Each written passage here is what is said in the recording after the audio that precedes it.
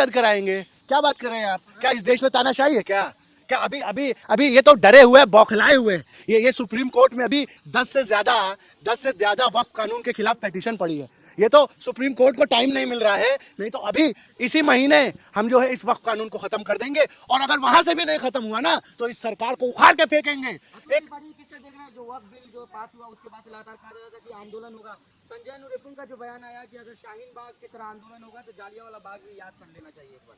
दीप जिसका मोहल्ला तही में जले, चंद लोगों की खुशियों को लेकर चले, वो जो साये में हर मसलहत के पले, ऐसे दस्तूर को सुबह बेनूर को मैं नहीं मानता, मैं नहीं जानता, मैं भी खाइफ नहीं तख्तेदार से, मैं भी मंसूर हूँ कह दो अगियार से, क्यों डराते हो जिंदा की दीवार से, क्यों डराते हो जिंदा की दीवार से, जुल्म की बात को जहल की रात को मैं नहीं जानता, मैं नहीं मानता। ये जो वक्फ कानून लाया गया है ये असंवैधानिक है। ये इस्लाम के ऊपर भाजपा आरएसएस द्वारा अब तक का सबसे घातक प्रहार है। और अब जो इन नफरत की विचारधारा की जो मानसिकता है वो दिन प्रतिदिन किस तरीके से तीव्र होती चली जा रही है वो इस देश का मुसलमान देखे। पहले तो वो हमें जो है धर्म के नाम पर मॉब लिंच करते थे, मारते थे। पहले तो वो हमारे घरों पर जो है बुलडोजर चलाते थे। अब वो जो है स्पष्ट तौर पर, सीधे तौर पर अब वो इस्लाम पर हमला कर रहे हैं। मैं समझता हूं, मैं एक हिंदू हूं, और अगर मुझे ये वक्फ कानून पढ़ करके मेरा खून खौल गया तो आप अंदाजा लगाइए कि इस देश के मुसलमानों का क्या हाल होगा। अगर मेरे धर्म पे, अगर हिंदू धर्म पर इस तरीके का वक्फ जैसा कानून आया होता, अगर मेरे मंदिर और मठ को कब्जा करने की बात होती तो मैं मर जाता, मिट जाता, लेकिन कभी ऐसे कानून को नहीं मानता। आज जिस तरीके से पूरे देश में अघोषित आपातकाल है, जिस तरीके से एक नफरत की विचारधारा पूरे देश को सांप्रदायिकता में झोंकना चाहती है, मैं इस देश की जनता से कहना चाहूंगा कि अब समय आ गया है, निकलो घरों मकानों से, जंग लड़ो बेईमानों से, तब लड़े थे घोरों से, अब लड़ना है इस देश के संविधान मिटाने वाले, इस देश के भाईचारा खत्म करने वाले चोरों से। जो आप लोग कानून पढ़े वो सही नहीं है, उसमें हिंदुओं को जगह नहीं दिया जाएगा। देखिए, मैं सीधे सीधे कह रहा हूं कि ये जो वक्फ संशोधन कानून आया है ये स्पष्ट तौर पर पूरे देश में हिंदू मुस्लिम दंगे कराने के लिए लाया गया है।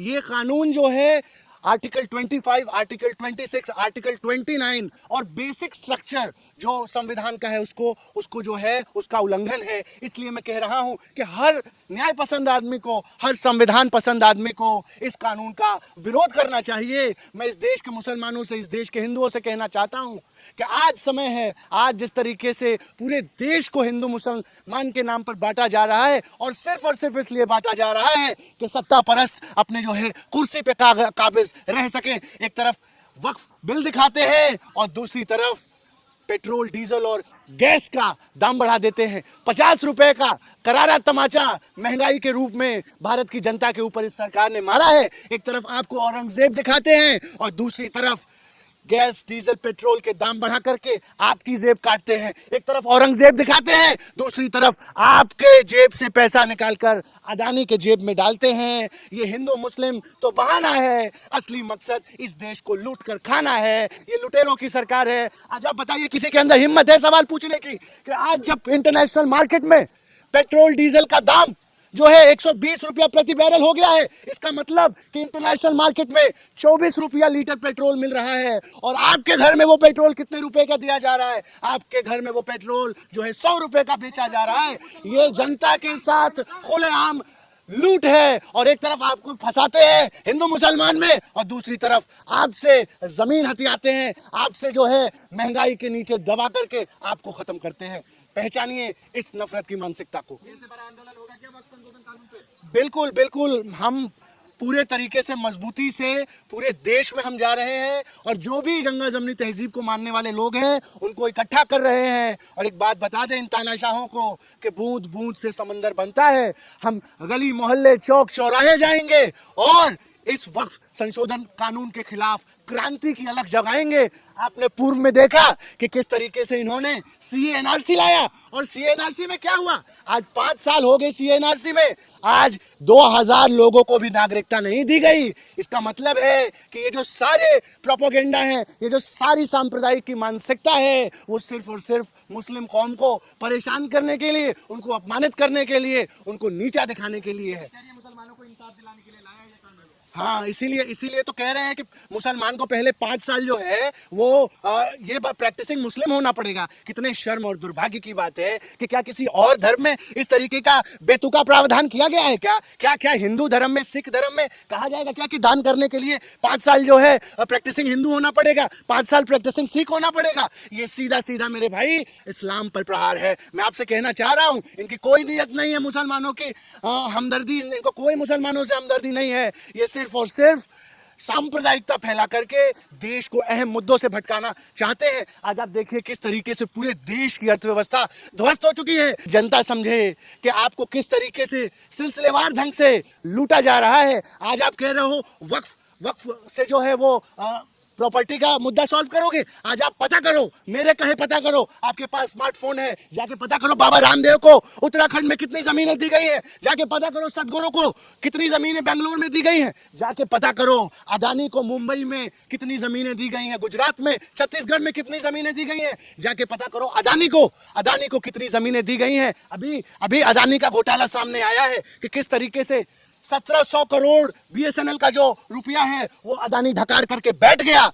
1700 करोड़, मतलब कि जब जियो आया तो भारत की सरकार ने, नरेंद्र मोदी की सरकार ने बीएसएनएल को बर्बाद करने के लिए बीएसएनएल के सारे टावर को जो है वो जियो के हवाले कर दिया। आज इस देश में खुली लूट चल रही है। मैं इस देश की जनता से कहना चाहूंगा कि लुट रही हैं आदमी की रोटियां, बिक रही हैं आदमी की बोटियां, किंतु अडानी अंबानी भर रहे हैं कोठियां। लूट का ये राज हो खत्म, क्रांति के लिए जले मशाल, क्रांति के लिए उठे कदम। कानून है, आपको मानना पड़ेगा, ये देश का कानून है।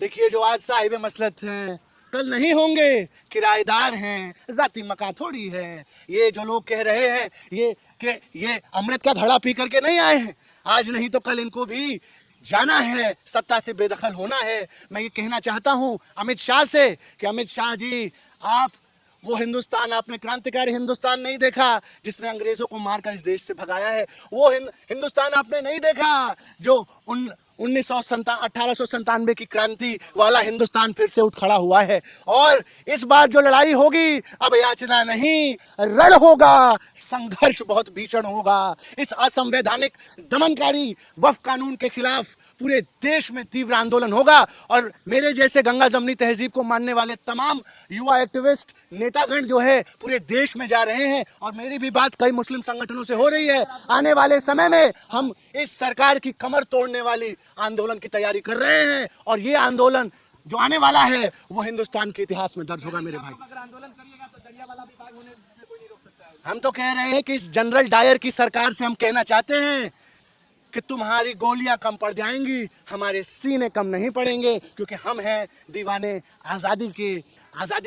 ये जो आज़ादी हमें हमारे पूर्वजों ने अपने बलिदान से, अपने खून से दी है, उस आज़ादी को हम कभी मिटने नहीं देंगे। आप नहीं सुनिए, नहीं, किसान आंदोलन ही नहीं, हर वो कानून जो इस देश के संविधान और आइन की धज्जियां उड़ाएगा, जो हमारे गंगा जमनी तहजीब की धज्जियां उड़ाएगा, जो हमारे भाईचारे के खिलाफ खड़ा होगा, उस हर कानून का हम पुरजोर ढंग से विरोध करेंगे। उस कानून के खिलाफ जो है हम लड़ेंगे। हमारा गौरवशाली इतिहास रहा है, बिल्कुल रद्द कराएंगे। क्या बात कर रहे हैं आप? क्या इस देश में तानाशाही है क्या?